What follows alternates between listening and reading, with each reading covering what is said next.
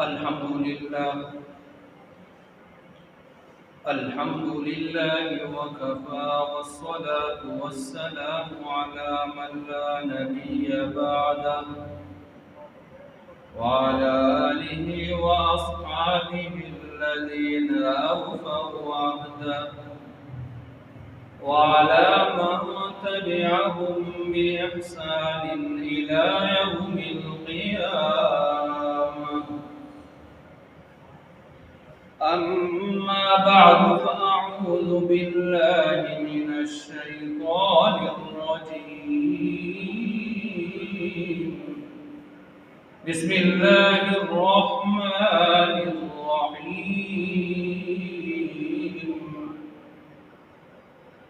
يا أيها الذين آمنوا استعينوا بالصبر والصلاة إن الله مع الصابرين.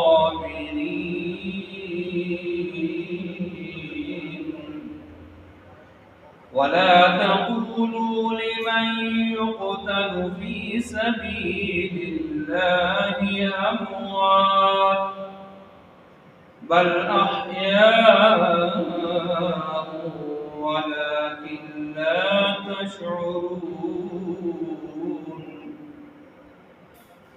آمنت بالله صدق الله ومولانا العظيم وصدق رسوله الكريم ونحن على ذلك لمن الشاهدين والشاكرين والحمد لله رب العالمين.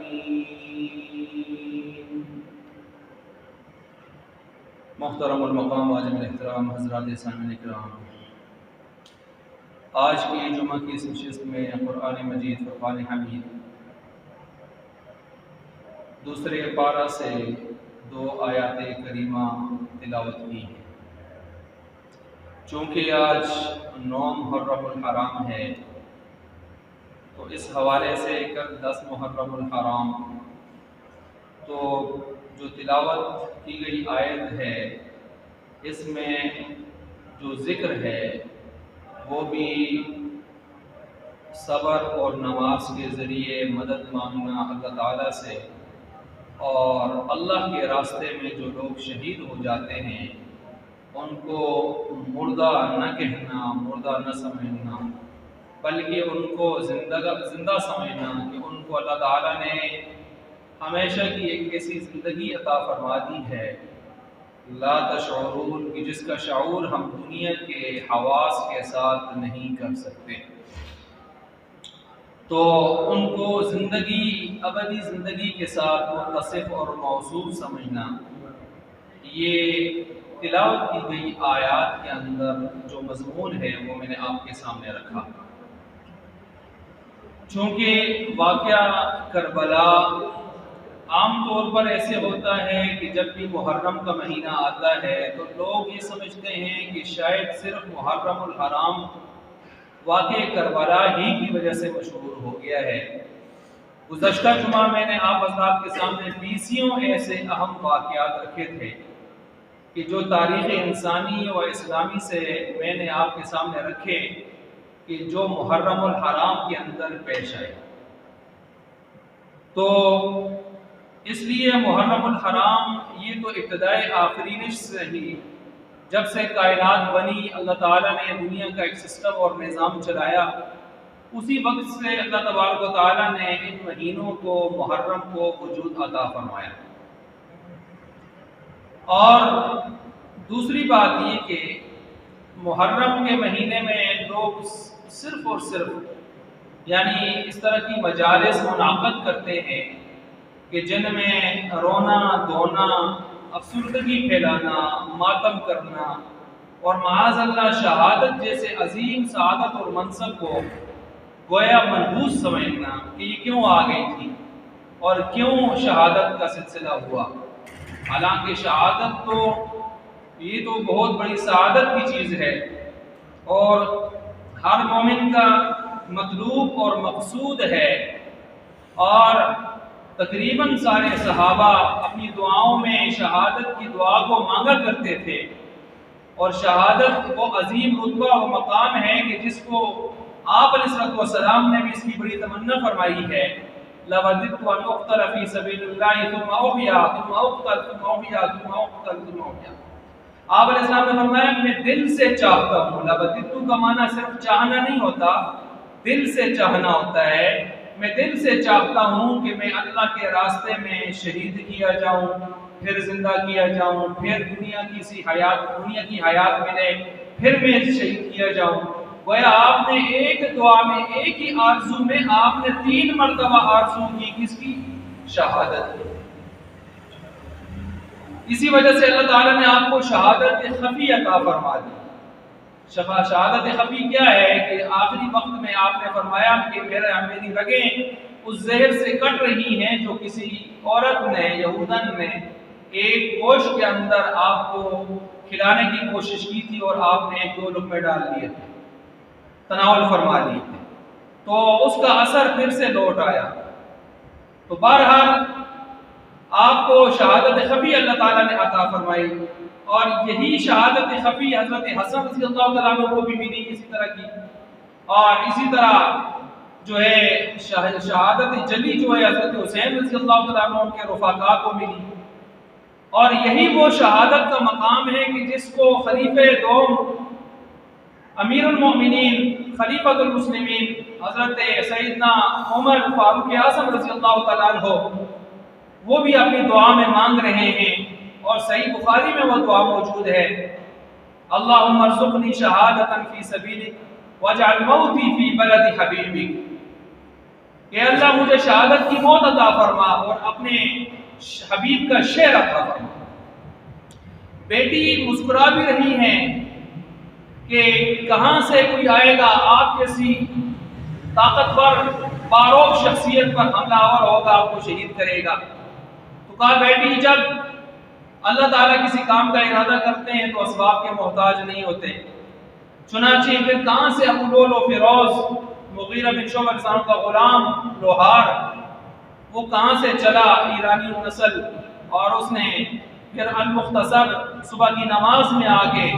حضرت عمر رضی اللہ عنہ پر خنجر سے وار کیے، کئی وار کیے، اور حضرت عمر رضی اللہ عنہ نے مانگی تھی شہادت اور مانگا تھا حبیب کا شہر، لیکن اتنی زیادہ اس میں تڑپ اور اخلاص تھا کہ اللہ نے صرف 2 دعائیں قبول نہیں کی، ساتھ غریبی میں اور بھی عطا فرما دی شہادت۔ انہوں نے صرف شہادت مانگی تھی اور حبیب کا شہر مانگا تھا، اللہ تعالیٰ نے شہادت بھی عطا فرمائی، حبیب کا شہر مدینہ بھی عطا فرمایا، اور حبیب کا کی مسجد بھی عطا فرمائی،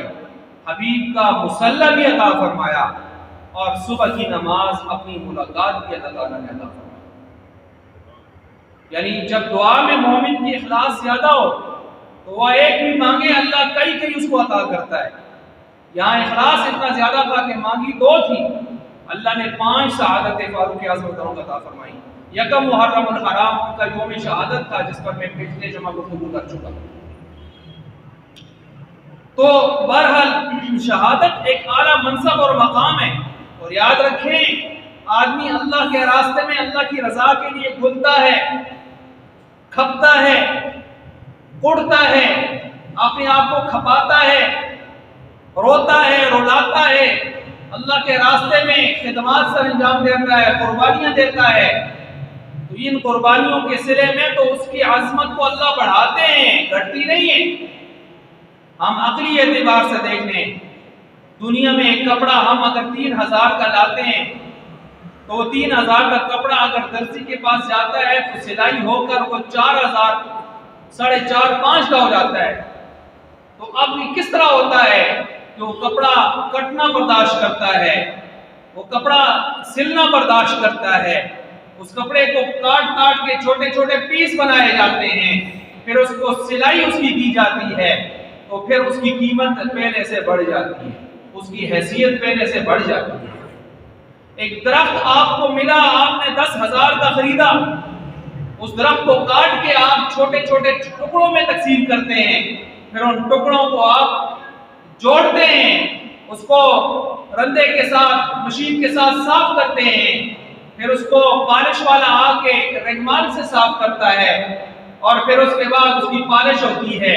وہ درخت جو آپ نے 10,000 کا خریدا تھا، اب فرنیچر کی صورت میں وہ 60-70,000 کا ہو گیا۔ اب کوئی پوچھے نہیں کیوں ہو گیا ہے، وہی 10,000 کی تو لکڑ تھی۔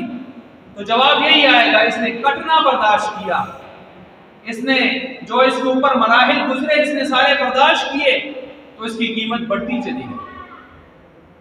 ایسے ہی ہم دیکھیں کہ جب مومن اللہ کے راستے میں کٹتا ہے، قربانیاں دیتا ہے، اور پھر اس کا رتبہ اور مقام بڑھ جاتا ہے، گھٹتا نہیں ہے۔ مٹا دے اپنی ہستی کو اگر کچھ مرتبہ چاہیے، کہ دانہ خاک میں مل کر گلے گلزار ہوتا ہے۔ ایک دانہ آپ زمین میں ڈالتے ہیں، وہ کہے نہ ڈالو مجھے زمین میں، مجھے چیونٹیاں کھائیں گی، مجھے کوئی پرندہ چگ جائے گا، مجھے کیوں ڈالتے ہو گوبر کے اندر، بدبودار گوبر میں؟ لیکن ڈالا جاتا ہے، وہ دانہ ساری صعوبتیں کہیں اپنے حیثیت سے برداشت کر رہا ہوتا ہے، یہی دانہ پھٹتا ہے، پھٹنے کے بعد کومپل نکلتی ہے، اور وہ کومپل زمین سے باہر آتی ہے، تو اس ایک کومپل کے ساتھ پھر کئی 100,000 دانے بھی لگ جاتے ہیں۔ اب ایک دانے نے قربانی برداشت کی تو آگے کتنے دانوں کو وجود ملا۔ یہ وہ عقلی مثالیں ہیں جن سے ہم سمجھ سکتے ہیں کہ اللہ کے راستے میں کٹنا مرنا، اس سے انسان کی حیثیت بڑھتی ہے۔ میں عقلی مثالیں دے رہا ہوں۔ تو اس لیے میں نے کہا مٹا دے اپنی ہستی کو اگر کچھ مرتبہ چاہیے، کہ دانہ خاک میں مل کر گلے گلزار ہوتا ہے۔ نامی کوئی بغیر مشقت نہیں ہوا، 100 بار عقیق کٹا تب جا کے نہیں ہوا۔ ایک پتھر ہمیں ملتا ہے پہاڑوں میں سے، اس کو تراشا نہیں ہوتا، اس کی شکل بد شکل ہوتی ہے، بدصورت ہوتا ہے، کسی کو کیا معلوم یہ کروڑوں کا ہے، لیکن جب اس کو فیکٹری میں لے جایا جاتا ہے، اس کو زرگروں کے ہاتھ لگتے ہیں، اس کو مشین میں پالش کیا جاتا ہے، کاٹ کے تراشا جاتا ہے، پھر وہ قیمت اتنی زیادہ اس کی ہو جاتی ہے کہ بڑے بڑے جیولرز، بڑے بڑے مالدار سرمایہ دار بھی اس کی قیمت لگانے سے عاجز ہو جاتے ہیں۔ یہ وہ عقلی مثالیں ہیں جن سے ہم سمجھ سکتے ہیں کہ اللہ کے راستے میں کٹنا مرنا سعادت کی چیز ہے، قربانی دینا سعادت کی چیز ہے۔ وہ صحابی ہیں کہ جن کو تیر لگ کے زخموں سے چور ہو کے خون بہ رہا ہے، جان نکلنے کو ہے، جانیں آفرین دینے کو ہیں، اور اس وقت دنیا والے تو یہی کہہ رہے ہوں گے کہ ایک آدمی دشمن سے لڑتے ہوئے مر رہا ہے، ناکام جا رہا ہے، لیکن وہ کعبہ کی طرف اشارہ کر کے کہتے ہیں فزت ورب الکعبہ، اس کعبہ کے رب کی قسم میں کامیاب ہو گیا، میں کامیاب ہو گیا۔ حضرت حسین رضی اللہ تعالیٰ عنہ اپنے رفقا کے ساتھ کربل کے میدان میں جام شہادت نوش کرتے ہیں، دنیا کو بتاتے ہیں لشکر تمہارے سامنے چاہے جتنے زیادہ کیوں نہ ہو، تمہارا عزم مصمم اگر جوان ہے تو فکر نہ کرو، آگے بڑھو۔ دنیا کو بتا گئے کہ اگر تم کٹ مر بھی گئے دشمن کے سامنے، کٹ مر بھی گئے، بظاہر دشمن فاتح بھی ہو گیا، لیکن حقیقت میں وہ ناکام ہو گیا، اور تم ہمیشہ کے لیے کامیاب ہو جاؤ گے، کامیاب ہو گئے۔ یہ پیغام ہمیں ملتے ہیں واقعہ کربلا سے، دروس ملتے ہیں جن کو ہم عملی زندگی کے اندر نبھا سکتے ہیں، ان سے سبق لے سکتے ہیں۔ بہرحال یہ تو میں عقلی گفتگو کر رہا تھا، عقلانی انداز میں، کہ اللہ کے راستے میں کٹ مرنا یہ سعادت کی چیز ہے، اور رفعتوں کی چیز ہے، بلندیاں حاصل کرنے والی چیز ہے، کوئی عزت گھٹانے والا، رتبہ گھٹانے والی چیز نہیں ہے کہ جس کو دیکھ کے کوئی روئے، ماتم کرے، پیٹے، دوڑے پڑے، مرثیے پڑے، اور اپنا گریبان چاک کرے، منہ پہ تماچے مارے، خنجر زنی کرے، اپنے آپ کو زخمی کرے، اور ملک میں افراتفری پھیلائے، اور ملک کی حالت فضا سوگوار کرے، اور دکانیں، مارکیٹیں، کاروبار معطل کرے۔ بھائی یہ اس طرح کی چیز نہیں ہے۔ بہرحال یہ تو عقلی دلائل سے میں نے آپ کے سامنے یہ چیز رکھی، اور اس کے ساتھ ساتھ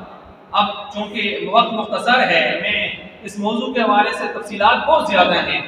کئی جمعوں میں بھی جا کے کور نہیں ہو سکتی۔ میں کچھ مختصر اس حوالے سے آپ کے سامنے رکھنا چاہتا ہوں۔ ایک تو حضرت حسین بن علی رضی اللہ تعالیٰ عنہ کا تعارف مختصراً، اور دوسرا منصب شہادت پر گفتگو میں نے کچھ نہ کچھ کر لی ہے، اور تیسرا اس منصب شہادت کے حوالے سے کچھ اشعار، چوتھا واقع کربل مختصر ترین انداز، اور قاتلان کون ہیں، اصل قاتل کون ہے، اصل ذمہ داران کون ہیں اس واقعے کے، اور چند سوالات جو ان لوگوں سے جو افراتفری پھیلاتے ہیں ملک میں ان سے، اور ہمیں ہدایات کیا ملتی ہیں۔ یہ ذیلی عنوانات ہیں، یقیناً یہ بہت طوالت چاہتے ہیں، لیکن میں ان میں سے کچھ پر پاس کروں گا انشاءاللہ۔ سب سے پہلی بات، حسین بن علی عنہ کا تعارف۔ آپ کی کنیت ہے ابو عبداللہ، آپ کا شجرہ نسب دنیا میں عظیم ترین شجرہ نسب ہے، کہ جس شجرہ نسب میں باپ علی المرتضیٰ ہو، والدہ جگر گوشہ رسول فاطمہ الزہرا بتول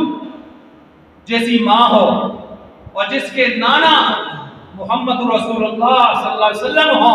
بتائیے اتنا عظیم شجرہ آخر کس کا ہو؟ اتنے عظیم شجرے والے، یہ آپ کی ہی خصوصیت ہے، اور اللہ نے آپ کو اس میں انفرادیت دی ہے شجرے میں۔ سن 4 ہجری میں 3 یا 5 شعبان المعظم کو آپ کی ولادت ہوتی ہے۔ جنوری 626 عیسوی یہ بمطابق اس کے بنتا ہے، مدینہ منورہ میں آپ کی پیدائش ہوتی ہے، اور آپ کی شہادت 10 محرم الحرام جمعہ کا دن وقت عصر بمطابق 10 اکتوبر 680 عیسوی، اور ہجری کے لحاظ سے سن 61 ہجری وہ آپ کی جو ہے شہادت ہوتی ہے۔ اور آپ کی جو ازواج ہیں، ان ازواج میں ایک شاہ زنا بنت یزدجر جس کو کہا جاتا ہے، ایک شہزادی جو آئی تھی حضرت عمر رضی اللہ عنہ کے پاس، جو چند آیت تھی قیدی وغیرہ اس میں، تو انہوں نے فرمایا یہ شہزادی ہے، شہزادی کے لیے کوئی شہزادہ ہونا چاہیے۔ تو حضرت عمر رضی اللہ عنہ نے شہربانوں کا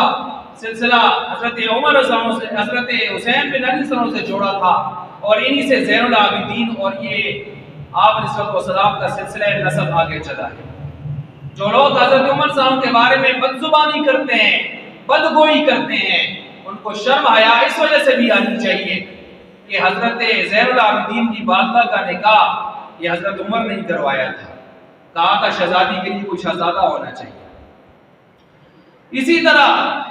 آپ کی بیویوں میں سے ایک بیوی لیلہ بنت عروہ بن مسعود ثقفی بھی ہے، ایک رباب بنت امرؤ القیس بن علی بھی ہے، ایک ام اسحاق بنت طلحہ بھی ہے، ایک سلافہ بھی ہے وغیرہ، اور آپ کے بہت سارے جو بچیاں تھیں، اولاد تھے حضرت حسین صلی اللہ علیہ وسلم کے، ان میں علی اکبر، علی اوسط، علی اصغر، جعفر، فاطمہ، سکینہ، یہ 2 بچیاں ہیں آپ کی جو کربل کے میدان میں ہمیں نظر آتی ہیں، اور بعضوں نے رقیہ، خولہ اور صفیہ یہ مختلف یہ بھی بتائی ہیں۔ بہرحال حضرت حسین السلام سے پہلے حضرت حسن پیدا ہوئے، حسن بڑے بھائی تھے، اور حضرت حسن کے بعد صرف 10 مہینے کی وقفے کے بعد حضرت حسین پیدا ہوئے رضی اللہ عنہما۔ وہ ایک توہر فاصلہ آیا تھا دونوں کے درمیان، اور 10 مہینے چھوٹے ہیں حضرت حسن سے حضرت حسین۔ اور ایک بھائی اور پیدا ہوئے تھے جن کا نام محسن تھا، جو بچپن میں فوت ہو گئے تھے، اور اسی طرح زینب اور ام کلثوم آپ کی بہنیں ہیں۔ تو بہرحال آپ کی جو اولادیں ہیں، اولادوں میں سے یہ چند میں نے آپ کے سامنے رکھ دی ہیں۔ اور اسی طرح آپ کا نام، آپ دونوں بھائیوں کا نام حسن اور حسین، آپ سے پہلے بعض مورخین کہتے ہیں کہ دنیا میں کسی کا یہ نام نہیں گزرا، اللہ نے یہ نام ان 2 شہزادوں کے لیے گویا چھپا کے رکھے ہوئے تھے، مخفی رکھے ہوئے تھے۔ اور آپ کے نام، آپ کے والد جنگجو تھے تو انہوں نے نام حرب رکھے، جنگ۔ آپ علیہ السلام نے فرمایا نہیں، میں نام ان کے رکھتا ہوں حسن اور حسین۔ حسن اور حسین نام آپ علیہ السلام نے رکھے، اور حسن نام رکھتے ہوئے وجہ بھی بتائی جو سیاستہ میں موجود ہے کہ جب دو عظیم مسلمانوں کی جماعتوں کے درمیان میں لڑائی ہوگی تو اس وقت صلح کروانے والا یہ میرا بیٹا حسن، حسن کا ایک معنی صلح کروانے والا، تو یہ صلح کروائیں گے۔ یہ دو لشکر کون سے ہوں گے؟ حضرت علی کا لشکر، حضرت معاویہ کا لشکر، جن میں جنگ صفین ہوئی تھی، تو ان میں صلح کروانے والے یہ کون ہوں گے؟ حسن۔ گویا علی اور معاویہ کے لشکر میں صلح کروانا حضور کو اتنا زیادہ پسند تھا کہ حضور نے فرمایا میں نام حسن رکھتا ہوں کہ یہ امت میں صلح کروائے گا۔ گویا علی اور معاویہ کے لشکر میں صلح کروانا اللہ کے نبی کو بہت پسند تھا۔ اللہ کے نبی نے حسن کا نام حسن اس لیے رکھا، اور دونوں کی جماعتوں کو، علی اور معاویہ دونوں کی جماعتوں کو حدیث میں مسلمتین فی اتین مسلمتین عظیمتین، دو بڑی مسلمانوں کی جماعتیں کہا گیا ہے، مسلمانوں کی۔ لہذا جو لوگ حضرت معاویہ کے لشکر کے بارے میں معاذ اللہ کفر کے فتوے لگاتے ہیں، ان کو شرم حیا آنی چاہیے کہ آپ علیہ السلام دونوں لشکروں کو مسلمانوں کی عظیم جماعتیں قرار دے رہے ہیں، عظیم جماعتیں قرار دے رہے ہیں۔ بہرحال میں مختصر انداز میں چل رہا ہوں، تو نام رکھے حسن حسین آپ علیہ السلام نے، اور آپ علیہ السلام نے ان کو گود لیا۔ کیا نصیب تھا حسن اور حسین کا، ان کو گود لیا محمد مصطفیٰ صلی اللہ علیہ وسلم نے، اور ادھر سے ام فضل جو حضرت عباس کی زوجہ ہیں، تو انہوں نے خواب دیکھا تھا کہ آپ علیہ السلام کے جسم کا ایک حصہ ان کے گود میں آیا، اور انہوں نے عرض کیا یہ خواب، آپ علیہ السلام نے فرمایا فاطمہ کے ہاں کوئی بچہ پیدا ہوگا جو آپ کی پرورش میں آئے گا۔ اچھا، اسی طرح آپ نے ان کو گود لیا، آپ نے ان کے کانوں میں اذان دی۔ کیا خوش نصیب ہیں میرے آپ کے ہمارے بچوں کے کان میں اذان دینے والے، کوئی ہو، لیکن کیا خوش نصیب ہیں جن کے کانوں میں محمد مصطفیٰ صلی اللہ علیہ وسلم نے اذان دی۔ تحنیک فرمائی۔ تحنیک کہتے ہیں سب سے پہلے بچے کے منہ میں تالو پر کوئی چیز کھجور وغیرہ پھیر کے، یہ کب ایک عظیم آدمی، نیک آدمی کو اپنے منہ میں چبائے، اس کے ساتھ اس کا لعاب دہن لگے اور اس کے مسوڑوں پر پھیر لیں، تاکہ جب وہ جیب مارے، زبان مارے، تو اس کے میدے میں سب سے پہلے ایک اچھے آدمی کا لعاب جائے۔ یہ تحنیک گٹی دینا ہے، اور ہم چونکہ گٹی اس کو دیتے ہیں کہ بولنا نہیں ماسی زیادہ اور آڑوڑے کرتا رہو، یا جڑا میل گئے تو کچھ آدھی گٹی دیکھتے نہیں ہیں کوئی نیک ہے کہ نہیں ہے، ہر قسم کے آدمی سے گٹیاں دلوا دیتے ہیں، لیکن حضور علیہ السلام نے گٹی ان کو خود دی، تحنیک فرمائی ان کو۔ اور اس کے ساتھ ساتھ کیا خوش نصیب ہیں یہ شخصیات کہ جن کا عقیقہ حضور علیہ السلام نے فرمایا۔ ایک روایت کے مطابق ایک جانور، کبش، مینڈا آپ نے ذبح فرمایا۔ یاد رکھیں عقیقہ میں لڑکا نعمت قرار پاتا ہے، لڑکی رحمت قرار پاتی ہے۔ لڑکی کی طرف سے ایک بکری، لڑکے کی طرف سے 2 بکریاں، یہ بہتر صورت ہوتی ہے، لیکن اگر کوئی ایک بکری بھی لڑکے کی طرف سے کرنا چاہے جائز ہے۔ کچھ لوگ یہ سمجھتے ہیں شاید ضروری ہے کہ لڑکے کی طرف سے 2 کیے جائیں، ضروری نہیں ہے، جائز ہے صرف، بلکہ بعض روایتیں ہمیں کہتی ہیں کہ حسن اور حسین رضی اللہ عنہما کے عقیقے میں بھی حضور نے ایک مینڈا ذبح کیا۔ لہٰذا اس مسئلے کو اچھی طرح سمجھا جائے۔ 7ویں دن ہو، 14ویں دن ہو، اگر نہ ہو سکے نہ تو 21ویں دن ہو، پھر جب چاہے ہو، لیکن اصل ترتیب یہ ہے۔ اور آپ علیہ السلام سے دیکھیں، حسن حسین وہ عظیم شخصیات ہیں جنہوں نے بچوں کو 2 چیزیں خاص طور پر سکھانی چاہیے، ایک شجاعت، بہادری، ایک حیا۔ اپنی اولاد کو 2 چیزیں ہمیں خوب سکھانی چاہیے، بہادری، حیا۔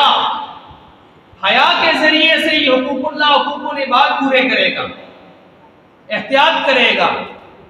گناہوں سے بچے گا، اور بہادری کے ذریعے سے یہ دنیا میں چلنا آسان ہوگا، اس میں معاشرے میں چلنا آسان ہوگا۔ اگر کسی آدمی میں بہادری نہیں ہے، ہر چیز سے ڈرتا ہے، ہر چیز سے خوف کھاتا ہے، تو یہ بیچارہ دنیا میں پھر کوئی کارآمد کام نہیں کر سکتا، ہر وقت خوف میں مرا جا رہا ہوگا۔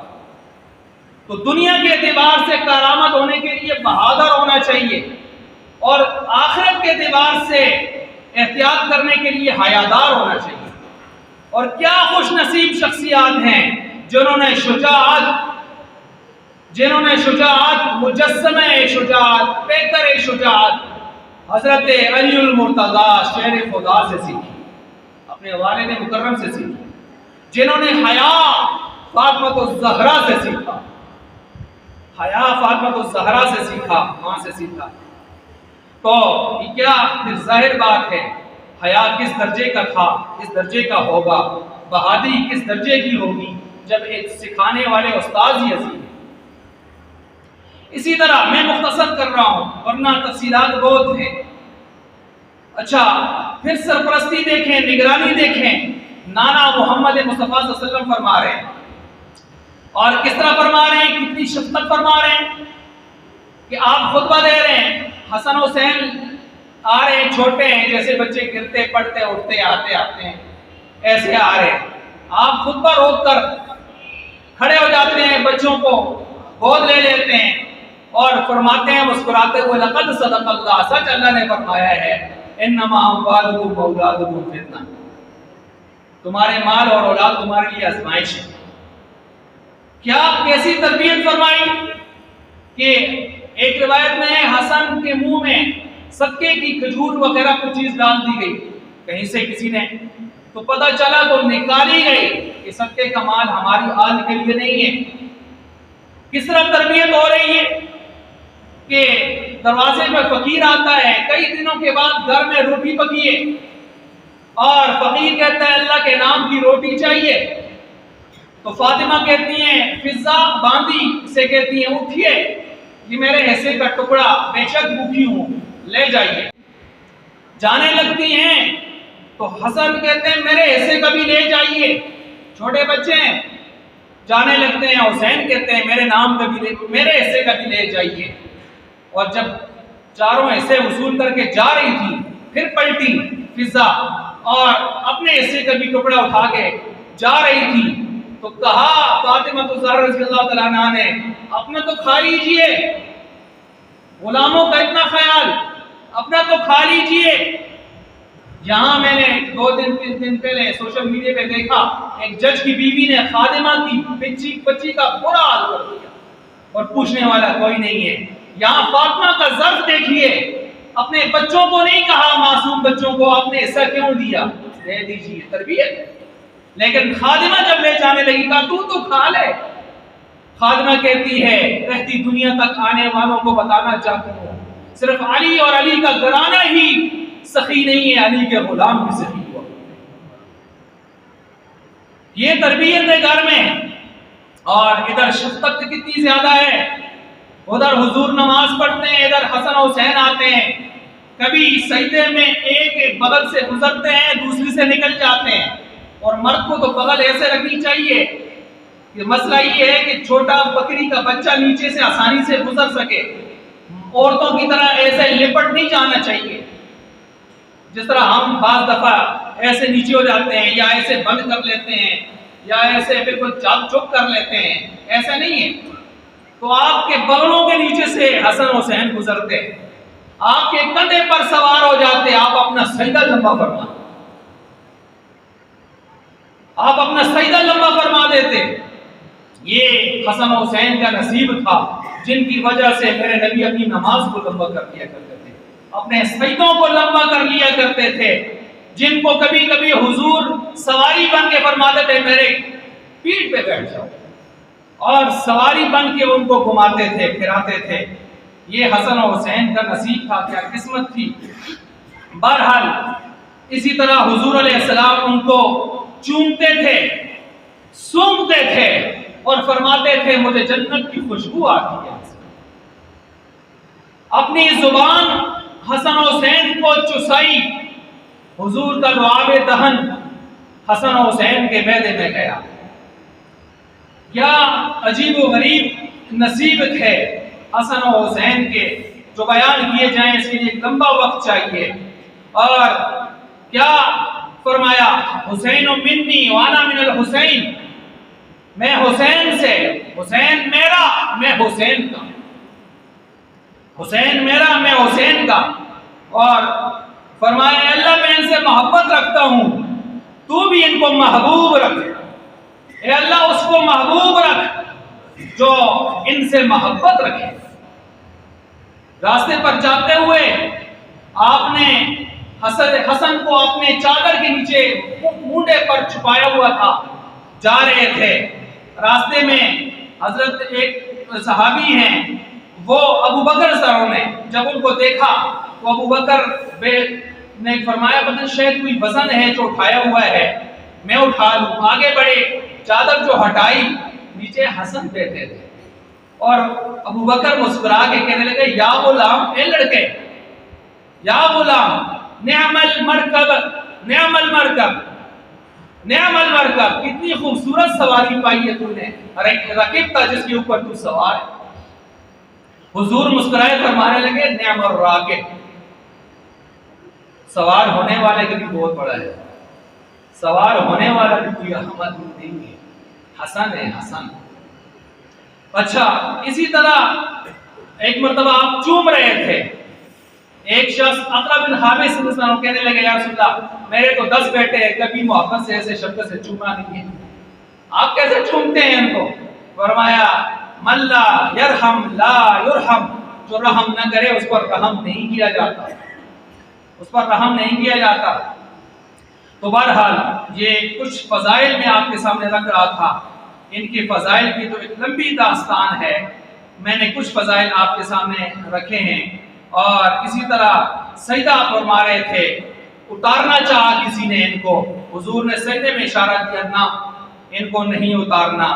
اور اسی طرح عمر انہوں نے تقریباً 54 سال پائی ہے، اور جب آپ علیہ السلام دنیا سے جا رہے تھے تو ان کی عمر اس وقت 5-6 سال تھی، بعض کہتے ہیں 6 سال 7 ماہ تھی، تو بہرحال 6 سال کے لگ بھگ عمریں تھیں ان کی، حسن و حسین کی، بچے تھے 6 سال کے جب حضور دنیا سے پردہ فرما رہے تھے۔ اور بچے کی روایت اصول محدثین میں قبول نہیں ہے،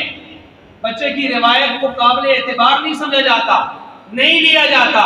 لیکن حسن اور حسین کی یہ خصوصیت ہے کہ بچے ہونے کی حالت میں بھی ان سے جو روایتیں امت کو پہنچی ہیں محدثین ان کو باقاعدہ لیا ہے، جن میں سے ایک یہ ہے کہ ایک آدمی کو مصیبت پہنچتی ہے، اس پر صبر کرتا ہے، تو وقت گزر جاتا ہے، آسائش کا سہولت کا دور آ جاتا ہے، پھر کبھی وہ اپنے اس مصیبت کے دور کو یاد کرتا ہے، کہتا ہے کہ وہ مصیبت مجھ پر گزری، سوچتا ہے، تو اس پر بھی اللہ اس کو ثواب دیتا ہے۔ اچھا اسی طرح حضرت حسین رضی اللہ تعالیٰ عنہ، ان سے چند روایات میں نے کہا بچپن صغر سنی کے ہونے کے باوجود ان کو قبول کیا گیا ہے، 25 سال انہوں نے دور خلفاء گزارا ہے۔ یہ بھی یاد رکھیں حضرت حسین رضی اللہ عنہ کو جب ذکر آتا ہے ہم صرف کربلا کے ساتھ فوراً کربلا میں پہنچ آتے ہیں، حالانکہ ان کے ذکر کو اگر دیکھا جائے سیرت کو 4 ادوار ہیں۔ ایک دور جو پہلا دور ہے وہ ان کی پیدائش سے لے کر ان کے والد محترم علی مرتضیٰ کی شہادت تک ہے۔ ان کا دوسرا دور حضرت علی کی شہادت سے لے کر بڑے بھائی حسن کی شہادت خفی تک ہے۔ ان کا تیسرا دور وفات جو ہے بعد میں جو چل رہا ہے تو وہ آپ علیہ السلام اور اس کے بعد کی ترتیبات سے وہ سارے سلسلے آگے چلتے ہیں، یعنی پہلا دور یہ تو شہادت علی تک پہلا دور تو آپ علیہ السلام کی وفات تک آیا، دوسرا دور جو ہے حضرت علی کی شہادت تک آیا، تیسرا دور حضرت حسن کی شہادت خفی تک آیا، اور چوتھا دور شہادت خفی سے کربلا کی شہادت اپنی شہادت تک ہے۔ اس لیے جب ہم حضرت حسین صلی اللہ علیہ وسلم کی سیرت کو پڑھیں تو چاروں دوروں کو سامنے رکھا کریں، چاروں دوروں کو سامنے رکھا کریں، 3 دور حذف کر دیے کیونکہ 3 دوروں کو بیان کریں گے تو آپ کو نظر آئے گا حضرت حسن حسین کے ساتھ ابو بکر کی محبتیں نظر آئیں گی، آپ کو حضرت عمر کی محبتیں نظر آئیں گی، قربتیں نظر آئیں گی، آپ کو حضرت عثمان غنی کی محبتیں قربتیں نظر آئیں گی، آپ کو عثمان غنی کے دروازے کے پہرے دار حسن اور حسین نظر آئیں گے۔ اور دشمن یہ نہیں چاہتا کہ وہ آپ کو صلح کروائے، وہ آپ کو اچھا سین دکھائے، وہ آپ کو حقائق دکھائے، دشمن کچھ اور چاہتا ہے، دشمنان صحابہ، اس لیے پہلے 3 دوروں کی طرف سنی بھی نہیں جا رہا، یہ بھی ان کی سن سن کے ٹن ہو گئے، اس کو کوئی پتہ نہیں ہے حسن و حسین سے ابو بکر کے اور ان کے گھرانے کی کیا محبتیں اور قربتیں تھیں، اس کو کوئی پتہ نہیں ہے کہ ابو بکر کے ہی گھرانے سے 12 جو امام ہیں ان میں سے 5-6 ائمہ ابو بکر کے شجرہ نسب سے آ رہے ہیں، ان کے شجرہ نسب سے آ رہے ہیں، ان کو کوئی پتہ نہیں اور دنیا کو نہیں بتانا چاہتے کہ یہی حسین تھے جن کی سگی بہن امی کلثوم سے عمر کا نکاح ہوا تھا اور 2 بچے ہوئے تھے۔ یہ پہلے دور آپ کو نہیں دکھانا چاہتے، اس لیے حضرت حسین کا دور پڑھنے کے لیے آپ پہلے 3 دور ضرور پڑھا کریں تاکہ بیلنس برابر رہے، تاکہ آپ کا صحابہ اور اہل بیت کا جو تصور ہے دنیا میں یہ صحیح ترتیب سے آپ کو سمجھ آ جائے، وگرنہ اگر صرف کربل سے ہی آپ نے شروع کیا، آپ نے شہادت حسن کے بعد سے ہی دور شروع کیا تو آپ کبھی حقیقت کو نہیں سمجھ پائیں گے۔ بہرحال یہ واقعہ میں مختصر کر رہا ہوں، بہت ساری چیزیں چھوڑ چکا ہے اس کے اندر سے۔ واقعہ کربل یہ دشمنان صحابہ نے مسلمانوں کے اندر دڑیں پیدا کرنی تھی، اس کے لیے پہلا وار عبداللہ بن سبا یہودی یمنی نے جنگ صفین کی صورت میں کیا، جنگ صفین اور جنگ جمل کی صورت میں کیا تھا، اور پھر اس کے بعد جب یہ 2 جنگیں ہو گئیں، خون بہہ گیا ہزاروں کی تعداد میں، اس کے بعد کرتے کرتے پھر یہ انہوں نے حضرت عثمان غنی السلام کے شہادت سے سلسلے کو شروع کیا تھا، جنگ جمل جنگ صفین سے ہوتے ہوئے آگے جب ان کے مذاکرات ہو گئے، مذاکرات ہونے کے بعد سلسلہ ان کا ناکام ہوا، اب یہ ناکام سلسلے میں دوبارہ جان ڈالنے کے لیے انہوں نے پھر خط لکھے، کوفیوں نے وفد بھیجے حضرت حسین رضی اللہ عنہ کو کہ آپ آئیے، ہم آپ کے ہاتھ پر بیعت کرتے ہیں، فلاں کرتے ہیں، فصلیں پک گئی ہیں، ہمارے سینے حاضر، جانیں حاضر، ہم بالکل حاضر، آپ آئیے۔ حضرت حسین رضی اللہ عنہ المختصر، لمبی چوڑی تفصیلات ہیں، حضرت حسین بڑے زمانے کے بعد، بڑی سوچ فکر کے بعد، بڑے مشوروں کے بعد، بڑے ہزاروں خطوط آنے کے بعد اور بڑے وفود آنے کے بعد پھر نکلے، اور 10 ذی الحجہ کو نکلے جس دن حج ہوتا تھا۔ کیوں نکلے، کیسے نکلے، اس پر بھی بحث کی جا سکتی ہے کہ جب حج ہو رہا تھا اور مکہ سے آ رہے تھے اور 10 کو حج ہو رہا تھا وہاں پر اور وہاں سے تشریف لا رہے تھے، بہرحال جن نوسربازوں نے بلایا، انہی نوسربازوں نے جب دیکھا وقت کا حاکم، وقت کا سلسلہ ان کے خلاف جا رہا ہے کہ جنہوں نے یہاں پر ساز و باز کیے تھے، اب جب انہوں نے دیکھا کہ تلوار ان پر لٹک رہی ہے تو انہوں نے مل کر حضرت حسین اور ان کے ساتھ آنے والوں کو شہید کر دیا، اور پھر اپنا جرم چھپانے کے لیے رونا دھونا شروع کر دیا، اور رونا دھونا ایسا ہوا پھر اوپر سے حضرت زینب نے بھی بددعائیں بھی آئیں، اور حضرت زینب نے جب ان کو روتے دیکھا کوفیوں کو، کہنے لگی فمن قتلنا غیرہم، پھر مارا کس نے ہے ہمیں، اگر یہ نہیں ہے تو مارا کس نے ہے ہمیں۔ پھر حر بن یزید انہی میں سے نکلا، توبہ طائب ہوا، اس نے ان کوفیوں کو کہا غدارو مکارو ظالمو، اس کا خطبہ بھی پڑھ لیں، ان کی کتابوں سے بھی پڑھ لیں، ہماری کتابوں سے پڑھ لیں، پھر خطبہ حضرت زینب کا پڑھ لیں، حضرت حسین کا اپنا خطبہ پڑھ لیں، حضرت زین العابدین کا خطبہ پڑھ لیں، امی کلثوم کا خطبہ پڑھ لیں، ذمہ دار کس کو ٹھہرا دیں؟ حوالہ جات کی بارش کی جا سکتی ہے، میں تو صرف چند حوالہ جات کی طرف صرف اشارے دے رہا ہوں۔ بہرحال ان کو روتے دیکھا تھا زینب نے اور کہا تھا تمہیں خدا یوں ہی رلاتا رہے، ایک سلسلہ چلتا رہے اسی طرح۔ بہرحال توابین کا فرقہ آپ اپنی تاریخ کی کتابوں میں، کالجز کی تاریخ میں بھی اٹھا کے دیکھیں، ہسٹری میں بھی، توابین کون ہے؟ توبہ طائب ہونے والے، قبر پہ جا کے رونے دھونے والے، جرم چھپانے والے کون ہیں؟ آپ کو نظر آ جائے گا۔ کون کہتے ہیں کہ گھوڑا حضرت حسین کی شہادت کے بعد ہمیں ملا تھا، کپڑے خون آلود ہمیں ملے تھے، لاشا ہمارے پاس تھا، تو پھر قاتل کون تھا؟ اگر یہ مدینہ میں شہید ہوتے تو پھر کہتے سنیوں نے کیا، معاذ اللہ۔ اگر یہ مکہ میں ہوتے تو مکہ ہیڈ کوارٹر سنیوں کا ہی تھا، اگر شام میں ہوتے تو پھر بھی الزام دیتے، بصرہ میں ہوتے پھر الزام دیتے. یہ تو کوفہ میں ہوئے ہیں جہاں سارے ہی تم تھے دائیں بائیں. تم ذرا سناؤ نا, گھوڑا تمہارے پاس, خون آلود کپڑے تمہارے پاس. بہرحال قاتلان حسین کون ہیں؟ یہی کوفی ہیں جن پر ایک دو نہیں 15 سے زائد دلائل میں دے سکتا ہوں, وقت نہیں ہے. 15 سے زائد دلائل اللہ کے فضل سے دے سکتا ہوں کہ یہی ہیں, لیکن میں نے ان میں سے کچھ 2 4 5 آپ کے سامنے اشاروں میں رکھ دیے. بہرحال اب یہاں پر کچھ سوالات بھی ہیں جو آپ کے سامنے رکھنا چاہتا ہوں. ایک یہ کہ ماتم رونا دھونا کیا یہ عبادت ہے؟ نہیں, صبر ہے. اسلام آنے سے پہلے جب خوشی آتی تھی جشن مناتے تھے, جب غم آتا تھا ماتم کرتے تھے. اسلام آیا, اس نے کہا خوشی آئے شکر, غم آئے صبر. یا ایھا الذین آمنوا استعینوا بالصبر والصلاۃ ان اللہ مع الصابرین. صبر کا ذکر 2 مرتبہ, پھر آگے قرآن کہتا ہے ولا تقولوا لمن يقتل فی سبیل اللہ یموت. آگے شہداء کا ذکر کہ جب شہادت ہو, قتل ہو, نقصان ہو, صبر, ماتم نہیں. یہ تو میں نے صرف ایک جگہ سے تلاوت کی ہے, قرآن میں کئی جگہوں سے آدمی دلائل بیان کر سکتا ہے. احادیث کو دیکھیں, جو ہے نوحہ کرنے والے اور ماتم کرنے والوں پر, والیوں پر لعنت کی گئی, اور وہ غم کا اظہار جو ہاتھ اور زبان سے ہو وہ شیطان کی طرف سے قرار دیا گیا ہے, جو آنکھ سے ہو اور دل سے ہو وہ رحمان کی طرف سے قرار دیا گیا. تو اگر ماتم ہوتا تو احد کے میدان میں 70 صحابہ کی لاشیں کٹ گئی تھی, ناک کان کاٹ دیے گئے تھے, دانتوں میں پرو دیے گئے تھے, لاشوں پر سے گھوڑے توڑا دیے گئے تھے. اگر ہوتا تو جہاں حضور ماتم کرواتے. اگر ہوتا پیر معونہ پر بنو لحیان میں 10 اور 67 صحابہ کے کو ذبح کر دیا گیا تھا, حضور نے قنوت نازلہ صبح کی نماز میں پڑھی ہے, ماتم نہیں کروایا.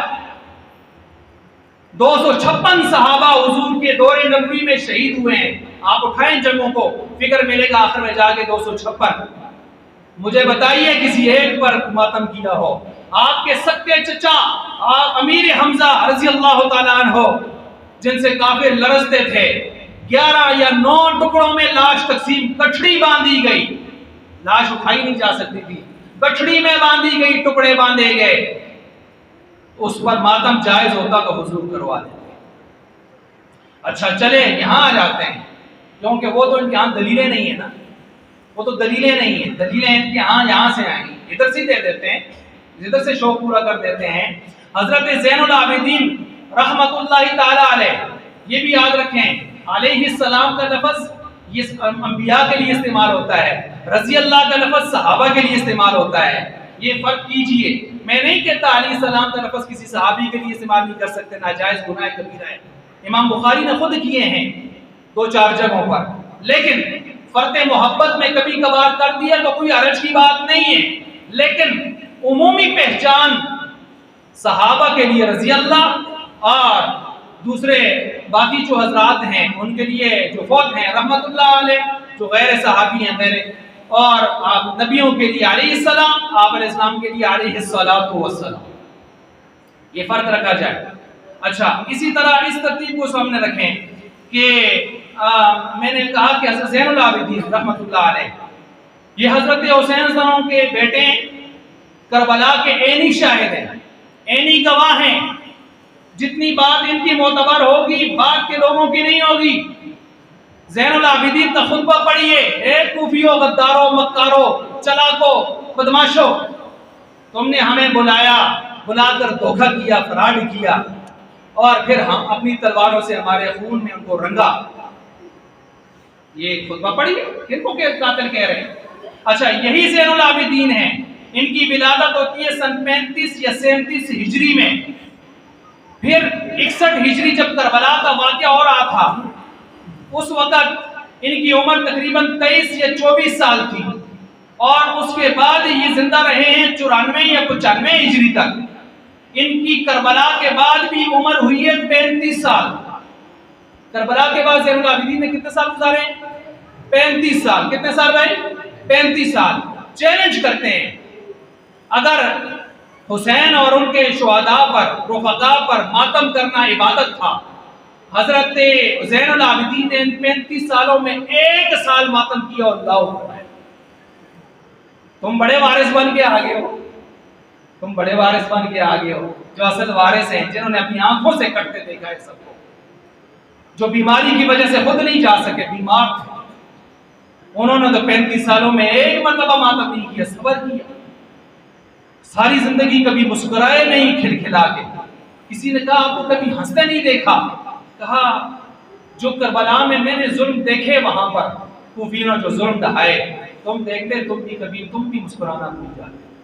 تم بھی ہنسنا بھول جاتے، لیکن ماتم نہیں کیا۔ ماتم جائز ہوتا تو حضرت علی کا سگا بھائی جعفر بن ابی طالب دونوں بازو کٹ گئے، گر گئے، اور 2 بچیاں گھر میں رونے والی پریشان حال، جن کے آنسوں کو دیکھ کر حضور بھی رو پڑے اور فرمایا غم آیا ہے، ان کو کھانا کھلاؤ۔ یہیں سے علماء نے استدلال کیا کہ جس گھر میں کوئی فوت ہو جائے 2 وقتوں کا کھانا 1 دن رات کا پڑوسی کھلا دیں، مستحب ہے، یہیں سے نکلا ہے۔ 3 دن چلا کہیں سے نہیں آیا، یہ سب بکواس ہے، یہ 1 دن 1 رات یہاں سے آیا ہے۔ یہ جعفر بن ابی طالب سگے بھائی حضرت علی کے، ان کی بازو کٹتے ہیں، ان کے بازو کٹے۔ اچھا اس طرح جو ہے اگر ماتم ہوتا تو ان کے گھرانے والے پھر ان پر بھی کرتے، نہیں کیا۔ ماتم جائز ہوتا، حضور کی وفات کی صورت میں سب سے بڑا غم امت پر آیا تھا، تو حضرت علی اور سارے صحابہ مل کر وہاں ماتم کرتے، لیکن ماتم وہاں بھی نہیں کیا۔ بہرحال یہ چند باتیں ہیں، اس پر تو اور بھی لمبی چوڑی تفصیلات کی جا سکتی ہیں۔ کوئی کہہ سکتا ہے آیا یہ ہو سکتا ہے کہ کوئی مارے اور خود روئے، ہاں ہو سکتا ہے۔ یوسف علیہ السلام کے کو کنویں میں کس نے پھینکا تھا، اور گھر میں آ کے یعقوب علیہ السلام کے ساتھ میں نے رو کون رہا تھا؟ بھائی رو رہے تھے نا، تو پھینک کے کون آیا تھا؟ یہی آئے تھے۔ اچھا اسی طرح سورہ بقرہ کو اٹھائیں تو وہ چچا کو ٹھکانے لگا کے صبح ماتم کرنے والا آئے مار دیا چچا میرا بستی والوں نے، دیت کے چکر میں، ادھر سے اس کی میراث بھی ہڑپ کرنے کے چکر میں صبح ماتم رو کون رہا تھا؟ اچھا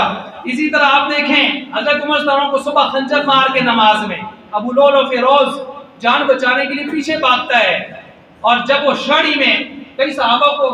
زہر آلود خنجر سے وہ شہید ہو جاتے ہیں، بعد میں زخمی کر دیتا ہے، ایک صحابی شاڑی میں اس کو دبوچ لیتے ہیں، جب یہ سمجھتے ہیں اب بھاگنے کا نہیں تو اپنی خنجر سے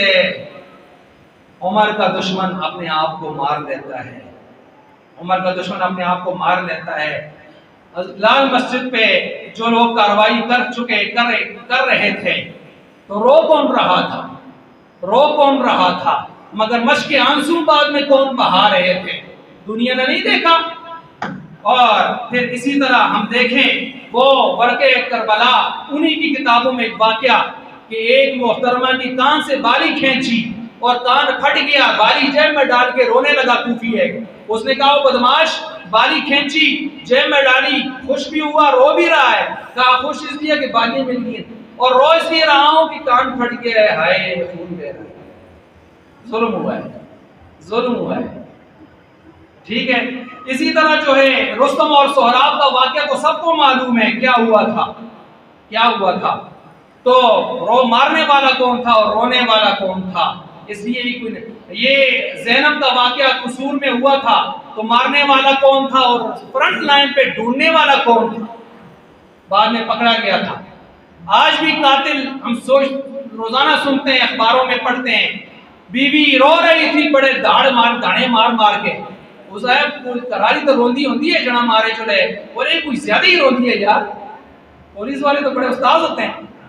تو پھر پکڑتے ہیں، ایسی چیزوں سے بھی پکڑتے ہیں، تو وہی پتہ چلتا ہے کہ جو زیادہ رونے والا بسا اوقات ہوتا ہے وہ اندر سے خودکشی کی نکل آتی ہے۔ اس لیے یہ کوئی ایسی انہونی بات نہیں ہے کہ جو عقل میں نہ ہے، میں نے کئی مثالیں دے دی عقل مندوں کے سمجھنے کے لیے کافی ہیں۔ بہرحال موضوع طویل ہے، یہ تو 4-5 جمعوں پر بھی گہرا نہیں جا سکتا، میں نے کچھ ضروری باتیں تھی آپ کے سامنے رکھ دی ہیں۔ اللہ تعالی ہمیں ان حقائق کو سامنے رکھ کر زندگی گزارنے